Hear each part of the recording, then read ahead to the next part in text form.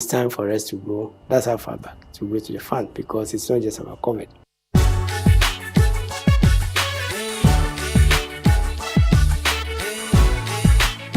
We are not going to the IMF. Whatever we do, we are not. The consequences are there. We are a proud nation. We have the resources. We have the capacity. Don't let anybody tell you.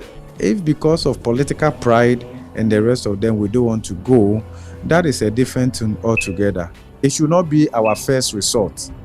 But we have not demonstrated that on our own we'll be able to impose a fiscal consolidation that would elicit the appropriate response from duty bearers. Coffee in your cup. Joy on the set. The Super Morning Show.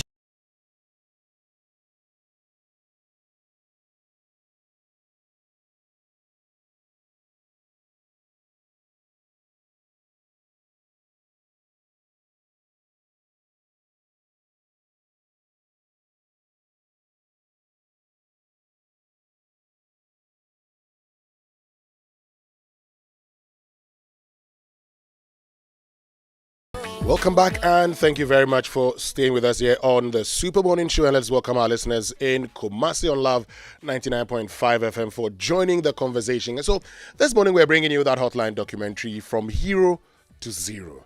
When we're blazing the trail in Africa, everybody talked about, Ghana's fundamentals and everything we're doing with our economy. Well, today we've become that country that people use in showing that if you mismanage your economy, this is what would happen to you. It would tell you, this is Ghana's situation. At the point they were doing so well, they started borrowing and borrowing and borrowing. And today, Ghana is restructuring its debt.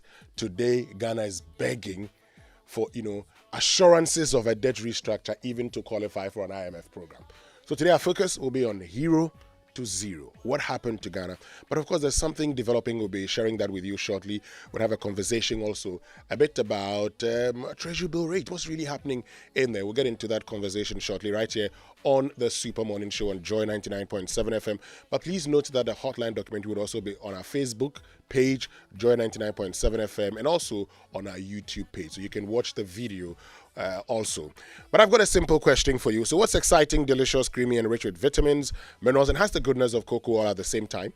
I'm sure you can guess what it is. Well, I'll tell you, it's the brand new Niche chocolate drink made with Ghana's finest wholesome cocoa. Niche chocolate is full of delicious goodness, and Niche chocolate drink comes in 250 ml bottle and 180 ml Tetra Pak so that you can enjoy it big or small.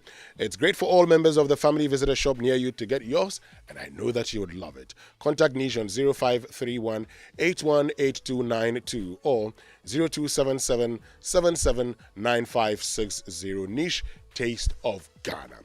Now, Absa Bank says they know that life is go, go, go, and it's hard to make time for the things that really count. So they won't let banking get in your way. That's why with Absa's digital channels, you can bank when, where, and how you want, so you can focus on what or who's important to you. Banking has never been this easy. Transfer funds into your savings account, pay your old school union dues and your DSTV subscription, and many more with a click on your phone. Get things done simply with Absa's digital channels. Now, that's Africanacity, that's Absa. Terms and conditions apply. Visit absa.com.gh for further details. Now, are you an FMCG or retail distributor looking to expand your business? We've got great news for you because CBL West Africa, producers of Munchie range of biscuits, are opening their doors to distributors across the country. If you're a businessman or woman with 1 year experience in the distribution of fast-moving goods, an adequate storage facility, and at least one vehicle, then this is your chance to be an authorized CBL Munchie distributor. Interested candidates should contact us on 0244856141 for more information. Munchie, munch into happiness. So, George, we're going to get into the Hotline documentary shortly. Good morning, George. We are free. Hi, Uncle Winston. Great. Thank you very much for joining us. We're going to get into the Hotline documentary shortly. But, we've been talking about, I just put this one out, that, yes, we missed our target by some 771 million. We were looking for almost 4 billion. But the rate is something that raises a few questions. Some 28.9% Treasury Bill rate. Yeah. At the time that you have, Government of Ghana bond coupon rates reduced to below 10%, we're giving out almost 30% in Treasury Bill rate. What's happening? I know you've been doing a lot of things. Oh no! I mean, for some people that with respect to this whole domestic debt exchange program that we undertook, one critical bit of it was the high interest rates that resulted in this huge debt thing, and therefore everybody was excited when the restructuring of these debts took place, and the rates were able to trend down. So if you see the rates going up again, it's a big concern here, because looking at where we are coming from, then there'll be the concern about government ability to pay, and also the concerns about the impact of this on our whole debt profile as a country as well. So you're right on that one, that everybody that has been following the market will be worried about we getting to 28% with respect to these government papers. But again, you ask yourself, what has happened? You have a situation where you have a Bank of Ghana policy rate trending around that same as in the 29.5 as time to be corrected. You also have a situation where inflation is trending up marginally as well, and maybe government needs more money to meet its liquidity needs and all the rest. So purely a demand and supply situation, where if you need more money from the market to deal with other challenges, you have to find ways to attract investors for them to lend you that money as well. So that could be, if you monitor the market, could be one of the reasons why we are seeing the rate going up. And that is but again, it's a big concern because of where we are right now and where we are getting to. That are we getting back to that period again where rates was around 30s and all the rest, and that is not good for us. You know, post the DDEP, we saw the Treasury Bill rate coming down, moving down drastically. I mean, I remember somewhere in March it came to about 20% or so. And so it'll be, it's surprising for many that it's going up again. And look, the moment we finished the domestic debt exchange program, one of the things that the industry players started talking about was the fact that today, because of the DDEP and with Treasury Bill rates going down, the financial sector, as in the banks, were going to look at lending to the private sector. And that could even begin our transformation. That could even lead to the growth that we're looking for. However, and we've seen, banks coming out with loan promotions here and there, because then they have to look for additional ways. And the fear immediately after the DDP was, where are you going to put your money? Are you going to put your money? So government then says, I'll give you about 20%, you will take it. But you're right, when the government begins to start needing more, you also would begin to say, well, I can give you money, but I probably would want more, interest rates also. The rate of inflation also would push all of this and that. But the question really, George, is the impact of all of this.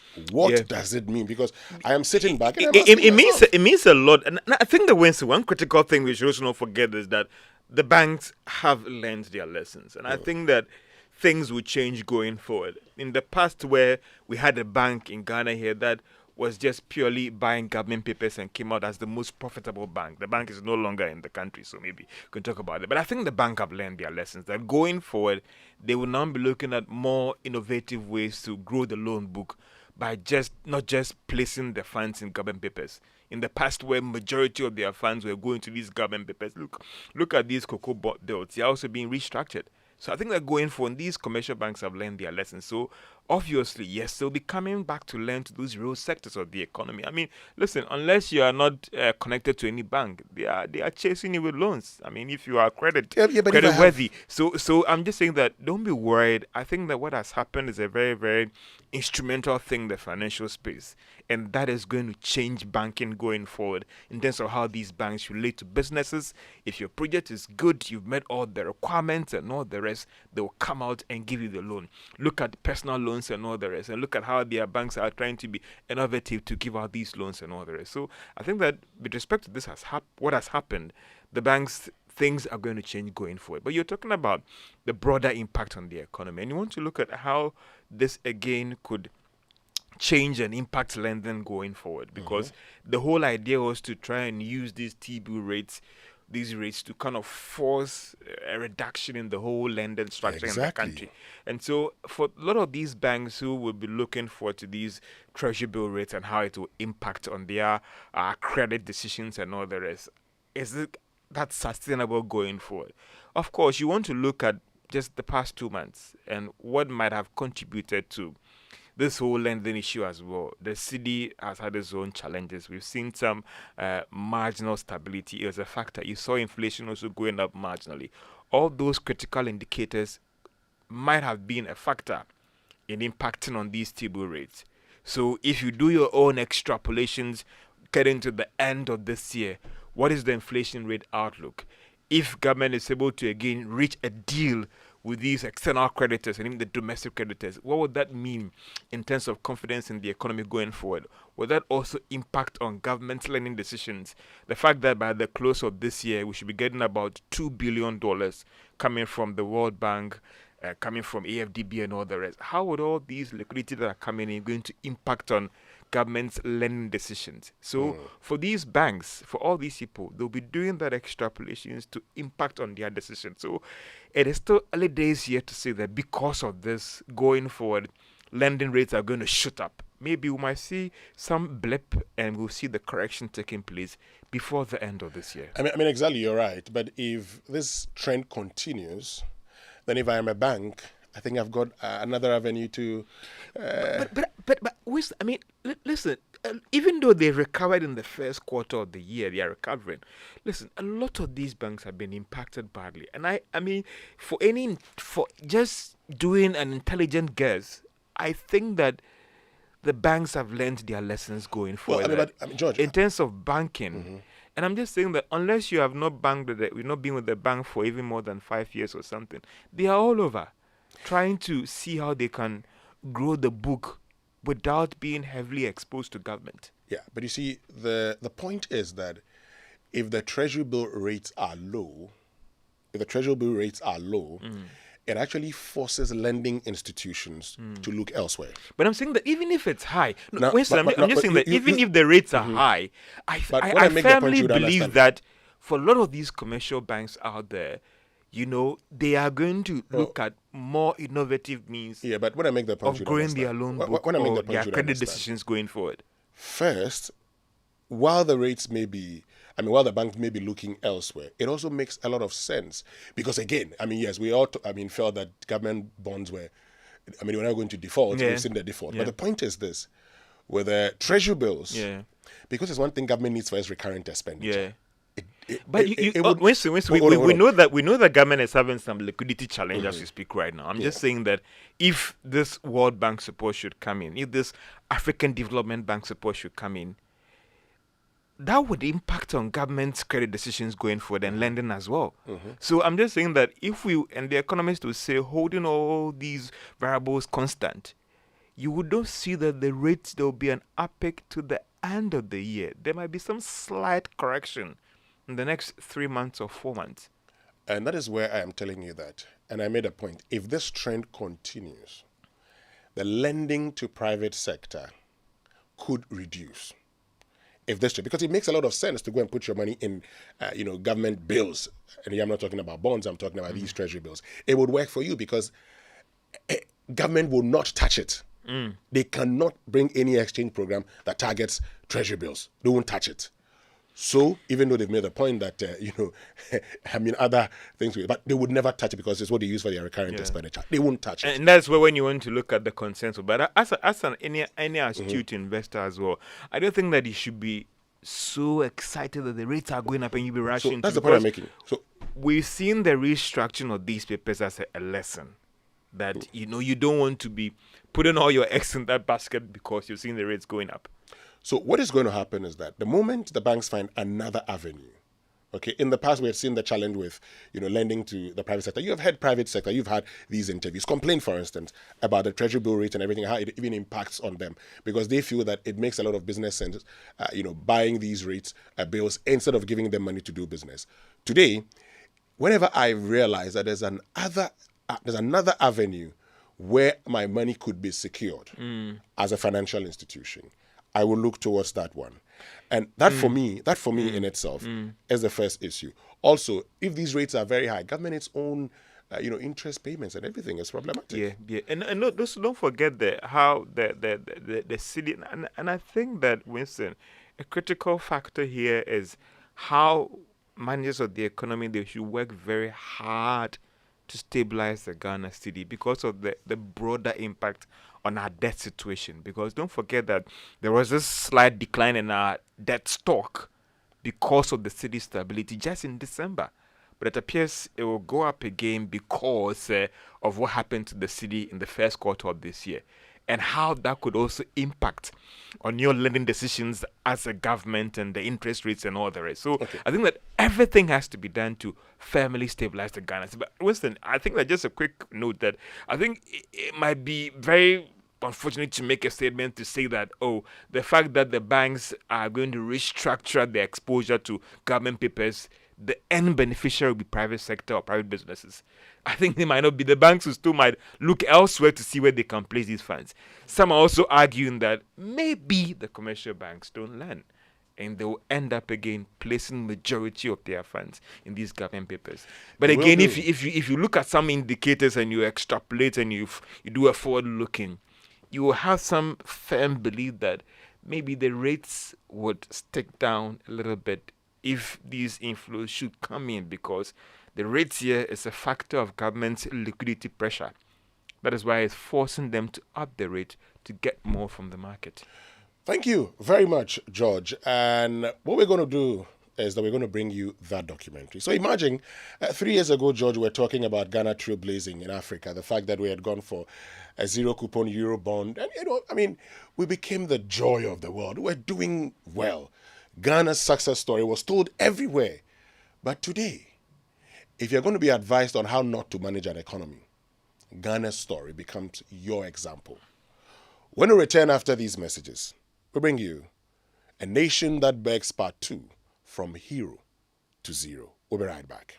The decision-making power of owners of a family business is profound. Therefore, the need for family business governance as a key strategy for continuity. Ravens Consulting GH presents Africa Family Business Summit 2023 with the theme Family Business Governance, a key strategy for continuity. The date is on 29th and 30th June 2023. Speakers for this year's summit includes Mrs. Audrey Jo Ezibo, Professor Martin Rowe, and many other speakers. Then your convener, Dr. Dennis Oteng. Venue, Kimpisi Gold Coast City Hotel, Accra, Ghana. Time, 3 p.m. for day 1 and 8 a.m. for day 2. To register, call 0202-712-647 or visit our website www.ravens-consulting.com/AFBS/. It's Africa Family Business Summit 2023. Partners, SEBS Africa, Rande, IOD Ghana. Other events, sponsors, La Bianca, GDC, Henley and Partners, Legacy Institute of Family Business, KED Wealth.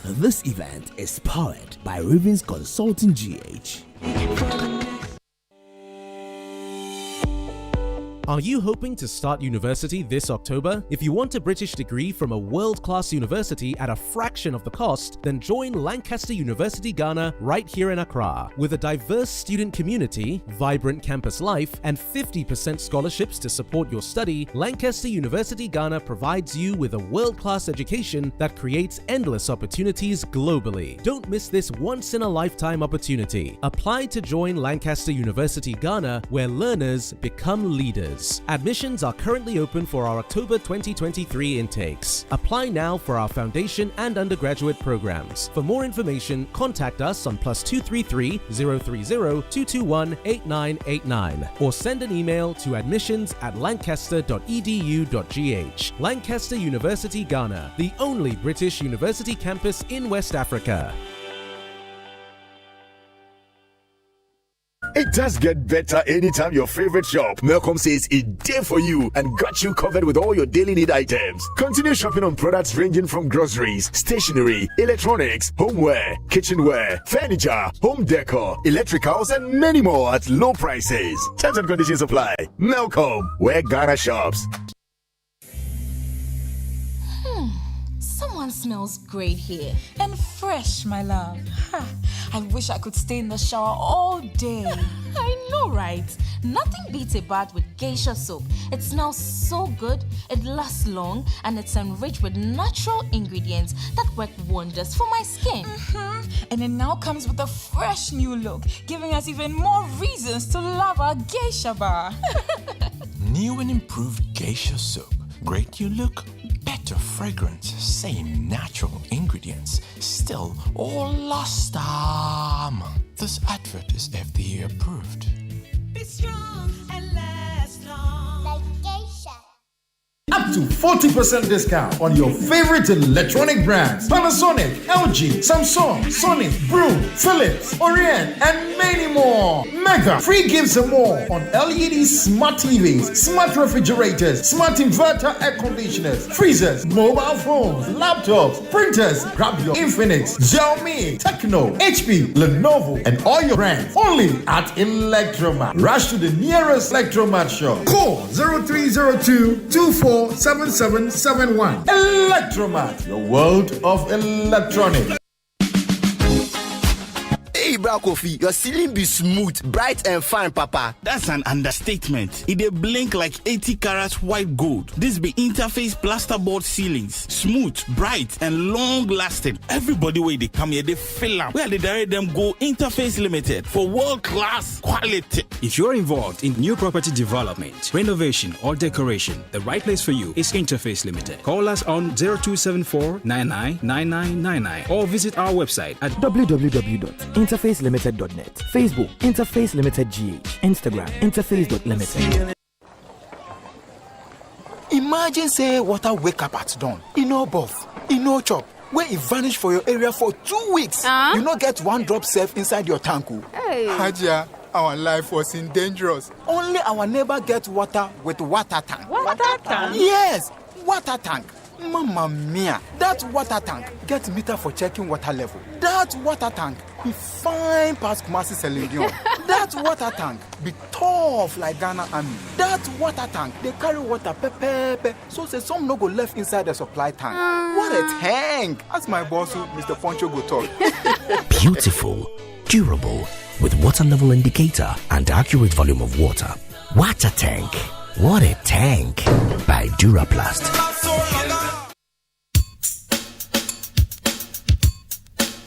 Coffee in your cup and joy on the set. The Super Morning Show is always the best on Joy.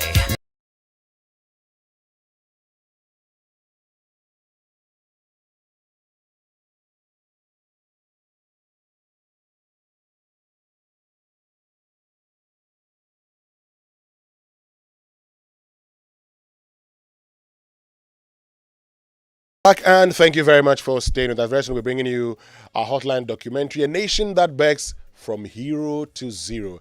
Let me say good morning to all of you listening to us on Love 99.5 FM in Kumasi and say welcome to the Super Morning Show.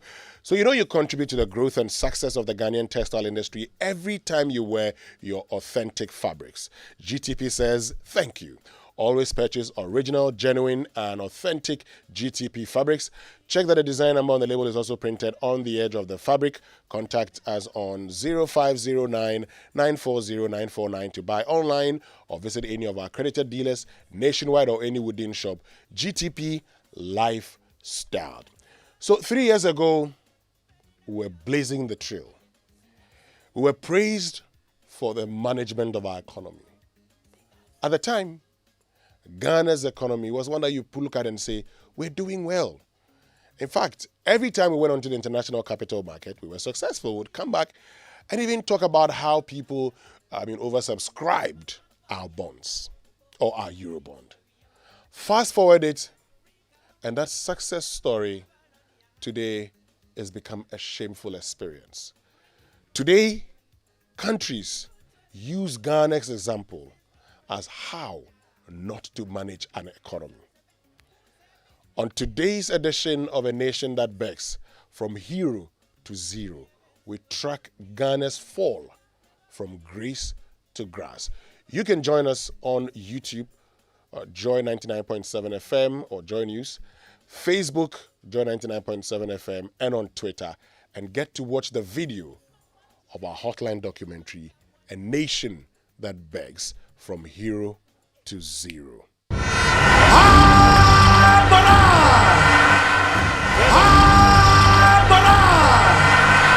Fellow Kukrudites, we were elected to fix the problems, and I'm glad to report that we are fixing the problems.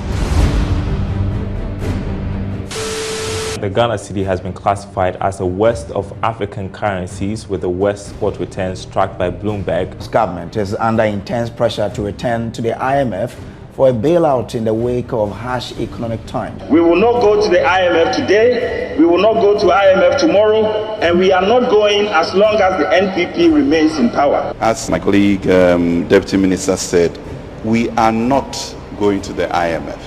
Whatever we do, we are not.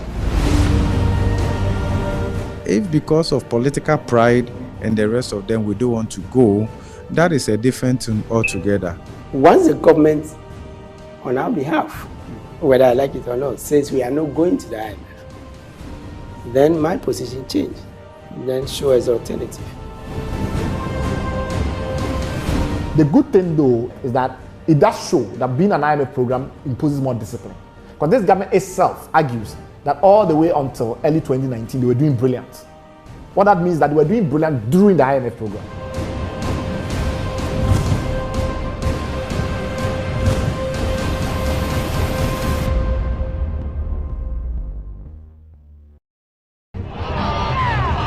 December 2016 came with a thunderbolt. It was time for the electorate to decide.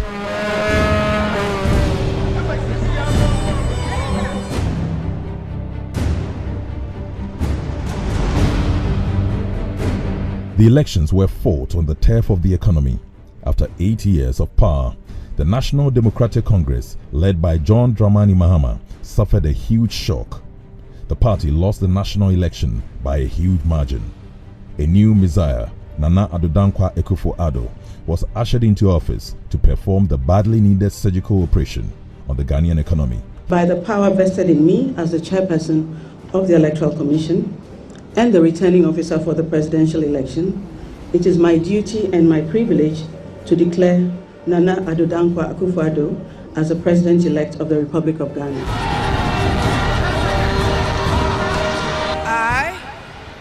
I, Nana Addo Dankwa Akufo-Addo. There was a new breath of hope. A new team was to steer the economic affairs of the country. In fact, many believe that with Dr. Bawumia in the economic management seat, Ghana's economy would never slip back into coma. Fellow Kukrudites, we were elected to fix the problems, and I'm glad to report that we are fixing the problems and we are putting in place the policies that will drive the economic transformation of this country. In his first State of the Nation address on the 21st of February 2017, President Akufo-Addo described Ghana's economy as one which was in a bad way. According to the Ghana Statistical Service, the country closed 2016 with an inflation rate of 15.4%. The Bank of Ghana pegged the country's debt stock at 122.6 billion Ghana cedis, with a debt to GDP ratio of 73.3%. The cedi had lost 9.7% of its value against the dollar. Interest rate on loans had ballooned to 10.8 billion cedis, and international reserves could cover just 2.8 months of imports, resulting in 3.4% of GDP growth rate. By the end of 2019, Ghana's macroeconomic indicators had seen massive improvement, attracting awards for its stellar performance. We wanted to recognize him with this prestigious award from the U.S. Chamber of Commerce. It is an award that we don't give lightly, we take seriously, and we do it out of respect to what the President has done in Ghana. So please give him a round of applause.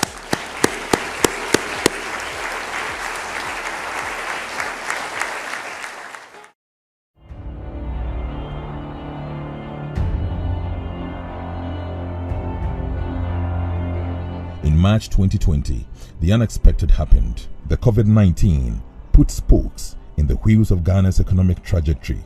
A lockdown, a term that was alien to the country, surfaced and placed a temporary halt on economic activities.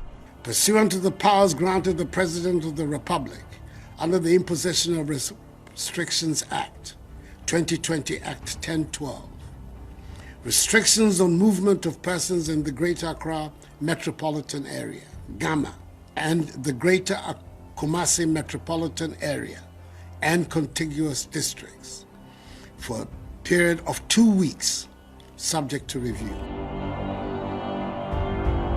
President Akufo-Addo announcing the lockdown that halted many economic activities. To help keep the economy in motion, Ghana received both in kind and in cash from various sources, including a 5.9 billion cedi credit facility from the IMF.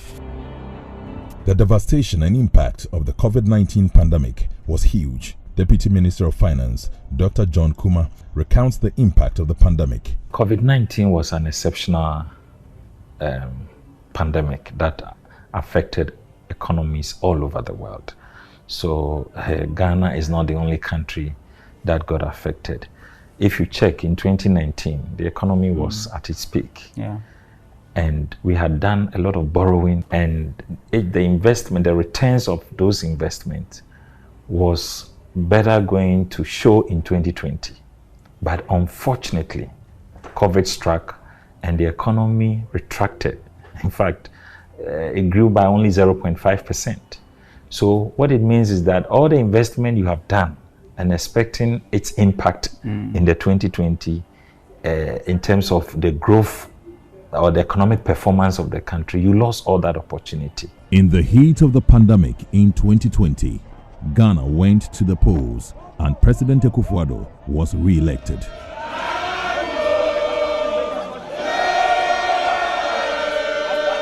Unlike his first term, almost all key economic indicators had taken a nosedive in President Akufo-Addo's second term. The atmosphere in Ghana was charged and filled with complaints from every corner of the country, and by 2022, the cost of living had become unbearable. Because the fuel is high, so I'm doing a double work now. 5 cedis, you get wache and gari, and we'll manage to give you macaroni small. Business are really bleeding. Some of the business are intensive care. By the first quarter of 2022, inflation had crept from a single digit to 19.4%. In March, the cedi was on a free fall against the US greenback, and international reserves began dwindling. International rating agencies, including Fitch and Moody's, all dropped ratings on Ghana's creditworthiness. The nation was thrown out of the international capital market as foreign liquidity began to dry up, exposing the weakness in Ghana's economic fundamentals. The only option was for Ghana to turn to the IMF for a bailout package. Professor Bokpin sounded the alarm bells. He said going to the IMF was inescapable. I personally don't think that the IMF is a long-term solution to our problems. And the reason I say so is that we've been there 16, 17 times. Is that okay? And practically every 3 years and some few months, we've had to go to the IMF and all of that. But as we always say, what takes us to the IMF has to do with the fundamentals. And as we sit right now, everything points to that. The calls to register for an IMF bailout became intense. After seeing Article 4, after seeing the COVID report, Article 4 2019 and the COVID report, and seeing the fiscal gap which is there, that was when I expressed the view that maybe it's time for us to go, that's how far back, to go to the fund, because it's not just about COVID. But we got all the COVID money, as I said already, and we could have used it to make a correction. Because the COVID money we got for ECF was 913 or so, million US dollars. Here you're talking about 6 billion. Why was it not sufficient to do the correction? Something fundamentally wrong. Government's position was very simple. No IMF program. It has so much hope in using domestic means to turn the nation's economic fortunes around. We are not going to the IMF. Whatever we do, we are not. The consequences are dire. We are a proud nation. We have the resources. We have the capacity. Don't let anybody tell you. In the raging storm, Finance Minister Ken Ofori-Atta was insistent that government wouldn't subscribe to an IMF program. If because of political pride and the rest of them we don't want to go, that is a different thing altogether. It should not be our first resort. But we have not demonstrated that on our own we'll be able to impose a fiscal consolidation that would elicit the appropriate response from duty bearers. as perhaps we have seen in our relationship with the fund. If we could do that, why not? For 60-something years of independence, we can't keep going to the IMF. Anytime we go to the IMF, I feel that I feel we've lost something, right, as a sovereign country and the rest of them. But IMF doesn't impose itself on any country. Through countries' own actions and inactions, mismanagement of the economy and the rest of them takes them to the IMF. So if we arrive at that point where homegrown solution has probably failed to get at the same result, we'll do that. I believe that in 2014, when the government made a call to the IMF, it wasn't because it was their first resort, right? Yeah, the fundamentals dictate so. My position has always been, once the government, on our behalf, whether I like it or not, says we are not going to the IMF, then my position changed. Then show as alternative. IMF cannot save us, right? Because we've done IMF 16 times, getting to 17 times now. We were on an IMF program for the best part of this government until recently, right? Up to the end of 2018, this government was on an IMF program. The good thing, though, in that respect, is that it does show that being an IMF program imposes more discipline. Because this government itself argues that all the way until early 2019, they were doing brilliant. What that means is that they were doing brilliant during the IMF program. That's an important point. So to make the case as if IMF is a problem is strange. If you did IMF from 2017 all the way to end of December 2018, and the economy was doing well as per your own analysis, then what is the argument anymore about IMF being a poison or a toxic element that you need to avoid? The government's attitude tends to be that, oh, we don't need IMF because IMF is bad. In a way, they don't say it directly, but it implies that it's bad. And I'm arguing that from 2017 January, when they came into power, to 2018 December, that's 2 years, they were running an IMF program. Now, when you ask them about their financial track record and their performance, the government likes to say that, oh, until COVID hit, we were doing brilliant. And I'm saying that if that track record is one you are so proud of, you did that under an IMF program. Despite government's insistence, the honorary vice president of Imani Africa, Bright Simmons, was hopeful government's best bet was seeking an IMF support. But beyond the political ego, was there any historical experience preventing government from approaching the IMF for liquidity support? During 2018, when you were under an IMF program, you were growing at 8.3%, right? You were doing fantastically well on inflation. Exchange rate was stable, right? We did not see massive unemployment based on some IMF restrictions or whatever it is that you've been calling it. You did the IMF program for 2 years. We know these are some of the reasons why you don't like the IMF.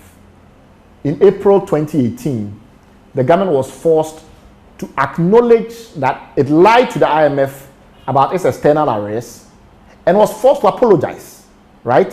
You have to write to the managing director of the IMF and apologize that somehow you forgot whatever, some data was not there, blah, blah, blah, blah. Of course, that is why you don't like the IMF, because that extra discipline, that extra scrutiny may not be something that is to your liking, but we have to look beyond your ego and think about a country. Yes, the IMF will insist that you disclose the data. You will not be able to play the games that you play with us here, where you say something, where is the data, you refuse to disclose the data. They will insist. So that might not be very pleasant for managers in the government, but that does not mean that it's against the national interest. We should distinguish between IMF program elements that may not benefit Ghana, of which nowadays there are not that many because you yourself have to come up with a proposal and you yourself have to negotiate it. And then IMF program elements that may not benefit the government, ministers and officials that may be responsible for designing and implementing it. I think the two are not on the same scale. And while the IMF will not transform Ghana, while the IMF will not change Ghana's fortunes dramatically, our argument is that it's no worse from the things that's already happening. While government stood by its decision not to subscribe to the IMF program, Ghana's economic situation began to worsen, and by the end of the second quarter of 2022, the country had added close to 42 billion cedis to its debt portfolio. Inflation had more than doubled compared to the rate in January 2022. Ghana's reserves were fast drying up and downgrades kept hitting government in the face. The health of the country's key economic indicators showed it was impossible to forge forward without support from the Bretton Woods institution, IMF. After months of refusal, government finally made a big U-turn. It announced its intention to seek an IMF program, blaming it on the pandemic and the brewing tensions between Russia and Ukraine. Deputy Finance Minister John Kuma makes a strong case on why government beat a hasty retreat. Let me say that this is not the first time Ghana is going to the IMF, and every time that we have been out of an IMF program, it has been our hope that we will not be in a position to return to the fund.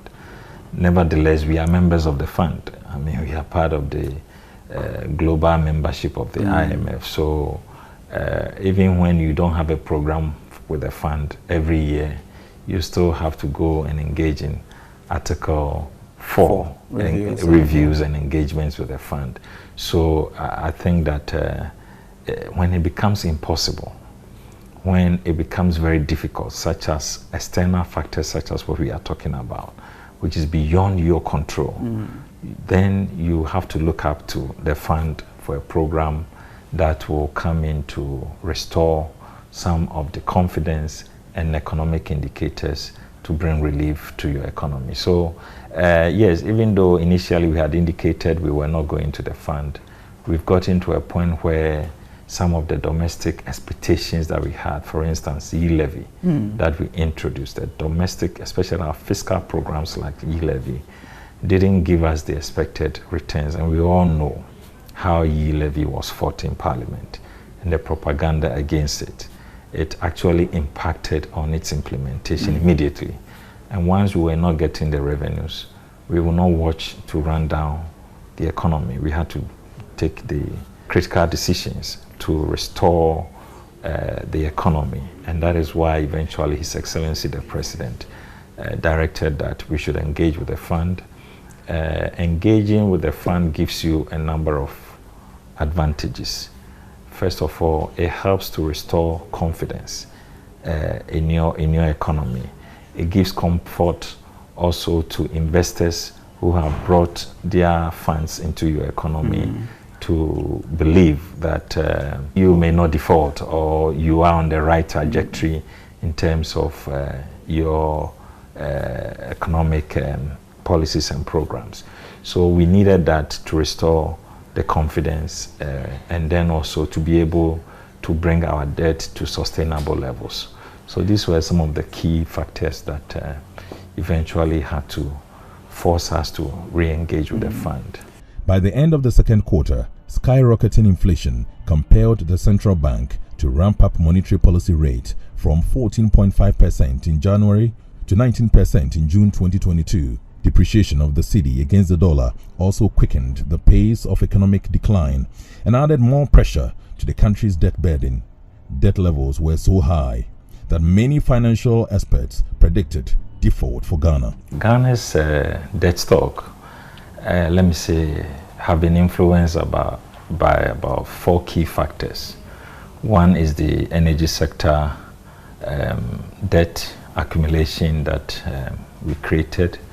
Then the banking sector cleanup exercise that we carried, which was about 25 billion. And then we are talking about COVID-19 expenses that came. And then lately, the depreciation of the currency. We know that much of our debt stock is in foreign currency. So anytime there's depreciation of the cedi, even though you have not borrowed money, the debt stock will show increases. But former Finance Minister Seth Terkper maintains government has no business blaming the economic mess on the COVID-19 pandemic. The point is that you can go and refer to the Article 4, 2019. There was a fiscal gap before COVID. That's point number 1. So we're saying don't put everything on COVID. Come up clean. Secondly, the current government is the only government. Yes, COVID was severe, no question about it. Severer. But it doesn't, if you minimize somebody's crisis, you wouldn't prepare for the next crisis, which is why, as we sit here, we are not prepared for the next crisis, because the sinking fund, you saw it is down, will be down to zero. The stabilization fund is just a skeleton of itself. And during COVID, remember, we fell on part of the savings that we had made, right? To assist in COVID, right? We left $250 million as from part of the borrowing in the Ghana Infrastructure Investment Fund, together with VAT that flowed. What happened to those funds. So you see the buffers that were left for the government together with 3 oil fields, right? But the other point, apart from the 2 points, buffers and then also, the 3 oil fields and the buffers. This is the administration, I would say, which had a crisis and had approximately $6 billion from IMF, COVID, soft loan, IMF, SDR, World Bank, 600 million, Bank of Ghana, 1.7 billion, you can count it, nearly Korea 6. too. Korea, yes, China, PPEs and everything, to resolve COVID. So 6 billion. So you mean the cost was already catered for using Precisely, because the cost was disclosed for the COVID loan was 3% of GDP, and what we are talking about is more than 3% of GDP, because it's about half of what GRE brings. Yeah. And we just saw GRE brings in about, if you take it that it brings in 15%, percent of GDP, which is half of it. So it means you got about half of it to resolve COVID. So why continue blaming COVID? And how many African countries borrowed $1 billion for COVID? And how many African countries went into their own coffers to take $250 million? Now it's almost $400 million from the stabilization fund, which was bequeathed to tackle COVID. You see, so we are not belittling COVID. We are only saying a certain candidness is required. Should be more open. Yes, more open as to the causes. Because the main cause is expenditure. Expenditure is bloated, including some of the very ambitious things that we want to do for political reasons. Bright Simmons, on the other hand, believes COVID-19 rather left a footprint of blessings for the country. The government has tried to create the impression that how much we spent was so much that it affected our finances in every other way. But if you look at, overall our social assistance spending versus countries like, Senegal, Rwanda, even the average in sub-Saharan Africa, we spend less. And then when you look at how we responded to COVID, like the free water, the free electricity and the rest, even that, we are behind the likes of Kenya, Benin, Senegal and the rest. We are higher than the average in West Africa, but we are not the highest in emerging markets, and we are lower than several of our competitor economies who are doing less bad than we are. So we cannot really blame COVID. You look at how much more Senegal spent, for instance. If COVID spending was the issue, Senegal will have much more of a challenge. And then when you look at the impacts, how much of our economic growth was actually shaved off by COVID, you see that we are there. Look at us, we are top there. Look at our relative effects, 0.2% of it. Look at countries like Namibia. Look at countries like Myanmar. Look at countries that had massive shrinking, like Mauritius and the rest. That are like major tourist countries, In delivering the much-anticipated 2023 budget, Finance Minister Ken Ofori-Atta confirmed the obvious. He officially unmasked the nature of Ghana's debt portfolio. According to him, Ghana was at a high risk of debt distress, and the debt levels were unsustainable. Debt exchange program. Mr. Speaker, the debt sustainability analysis based on the macroeconomic outlook has been conducted by the Ministry of Finance. It analyzes the country's capacity to finance its policy objectives and service its debts. The current debt sustainability analysis conducted reveals that Ghana is now considered to be in high risk of debt distress. Unlike our 16th enrollment in 2015, Ghana's unsustainable debt position was certainly a huge obstacle in obtaining an IMF deal.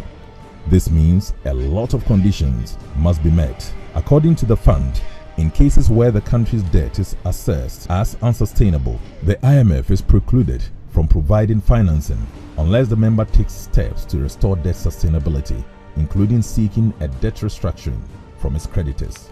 IMF's message was very simple: restructure your debt or no bailout package. Ghana was out of the Eurobond market, and IMF looked like the only option. No more foreign grants, and at this point, debt restructuring looked inevitable.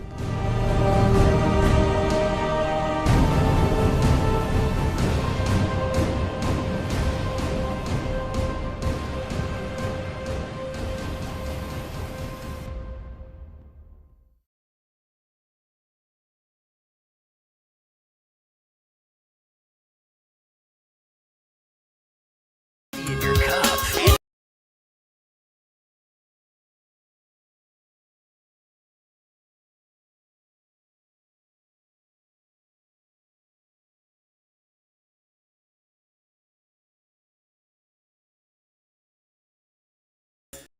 So that's a nation that begs from hero to zero.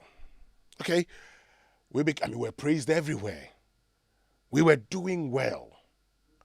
But as you can see, we're no longer that country that was doing well, that you love so much and would want to be associated with. Today, Ghana's story is one that is used in advising everybody. Ghana's story is one that is used in telling you how not to run a country's economy. How come we sank this low? You heard it from the periods when we were, singing the praise of the economy. Those were the times we were under an IMF program. The same IMF we said we're not going to go today or tomorrow because we're a proud nation. From 2017 to 2019, Ghana was under an IMF program. By 2020, when we left, we said, COVID-19 created the problem. Okay, COVID-19 created the problem. But of course, by 2021, we said we were growing at 5.4%. So what changed again? That today, Ghana's story is one that is used to advise countries on how best not to manage an economy, or on how best to manage an economy, and how you can sink low if you follow Ghana's example. Well, next week we'll bring you the final part of the documentary, and the focus will be on a painful haircut. We'll talk about the debt restructuring and how creditors took painful haircuts, although government had assured them of no haircut. You remember the famous statement, "And there shall be no haircuts." Well, later on we're told it was only to say no haircut on our principle. But what's really a haircut? What's really a haircut? When what you expect is not what you get. What you were promised is not what you get. Anyway, we'll get into that conversation another day. But hey, you've listened to it. Let's get interactive on Twitter. Join us with your thoughts. I'd love to read your thoughts. Very soon, we'll be having a conversation about a graphic business Stanbic Bank breakfast meeting. Our friends have joined us. They'll be telling us more about that because it's happening tomorrow. But Adanse Travels, the 2022 best tour operator by the Ghana Tourism Authority, is pleased to invite you to join their 10th anniversary trip to Dubai. Now, this 10-day fun-filled trip starts from the 10th of August on a chartered Emirates flight to Dubai and promises to offer you a wonderful holiday experience like never before. There's an option of a 3-star, 4-star, 5-star hotel to choose from and a guaranteed unforgettable fun experience at the Dubai desert with the legend himself, Samini, performing live at the camp. You know, Samini's live performance is unmatched. Well, this is a trip of a lifetime and you should never miss this. The good news is that the rate starts at only $1,650. $1,650 to cover your Emirates flight, hotel accommodation, visa, tours, airport transfer, and selected meals. To book, visit our website at adansitravels.com or call 0595 500 817 or 0593 85 0082. Please note that beside the chartered Emirates flight on the 10th to the 19th of August, you can also join the trip on either 13th August or 15th August. Adanse at 10, it's a vibe. Book now to feel the beauty of life with Adansi. Now, Yummy introducing the new super delicious Yummy Macberry Twist Cupcake. The Macberry Twist Cupcake cupcakes are baked with natural ingredients and come in 2 flavors, vanilla, chocolate. Now, they taste as good as they look. The best part is they're affordable. Hurry, get a whole pack for your family. Macberry Twist Cupcake is healthy and comes in handy as a portable snack for your kids to eat and share with friends at school. Indulge in a deliciously baked and irresistible taste of Macberry Twist Cupcake and enjoy the goodness in every bite. It's available in every supermarket and provision shop near you. Macberry Twist Cupcake, simply irresistible. So everywhere make hot baby ayashi, but Charlie still man for enjoy, regardless. So grab your favorite Bigo drink from Twelum Industrial Company Limited, producers of Venom Mineral Water and Rush Energy Drink. Guess what? Bigo now gives you 20 bottles for a pack. Yes, no more 16. 4 more bottles for free. Obia Benyabi. Boys, girls, mommy, daddy for the party, funeral, family day out, and any other social gathering. No wahala. Grab any of our flavors. Cola, orange, pineapple, apple, cocktail. Bigo drink, big in taste, big in flavor, big in quantity, and very affordable for all. Bigo drink, another premium product from Twelum Industrial Company Limited, producers of Rush Energy Drink and Vena Mineral Water. When we return after these messages, we're going to tell you more about the Graphic Business Dynamic Breakfast meeting tomorrow.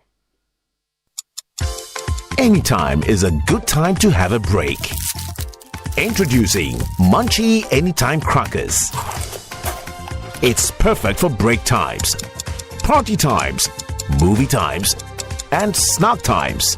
Savor the moment. Enjoy Munchie Anytime Crackers anytime. Munchie Anytime Crackers.